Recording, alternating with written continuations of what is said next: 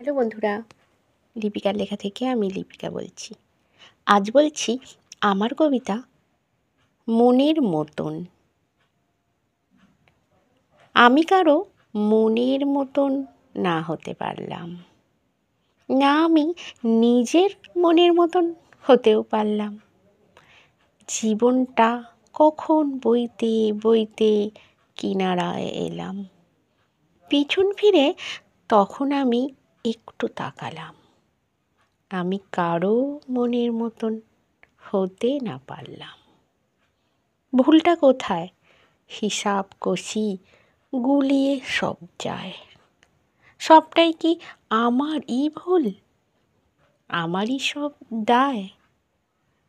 মন জুগিয়ে কাজ করেছি তাই তো মনে হয়, তবুও তো শুনতেই হয় উল্টো পরিচয়।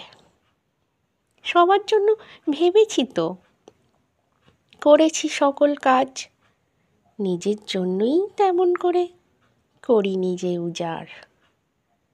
না আজ আমি নিজের হলাম, না হলাম পরের। মন জোগাতে গিয়ে দেখি ভুল করলাম ফের। পরের ভালো হলোই না, না নিজের ভালো। জীবনটা তো বোঝার ভুলে ভুলেই কেটে গেল। নিজেও সুখী হলাম না, আর না করলাম সুখী। ভাবছি আমি সব করেছি, উল্টো হিসাব দেখি। অবশেষে বুঝেছি শেষে সেই তো ভালো থাকা, খুশি থেকে খুশি রাখা,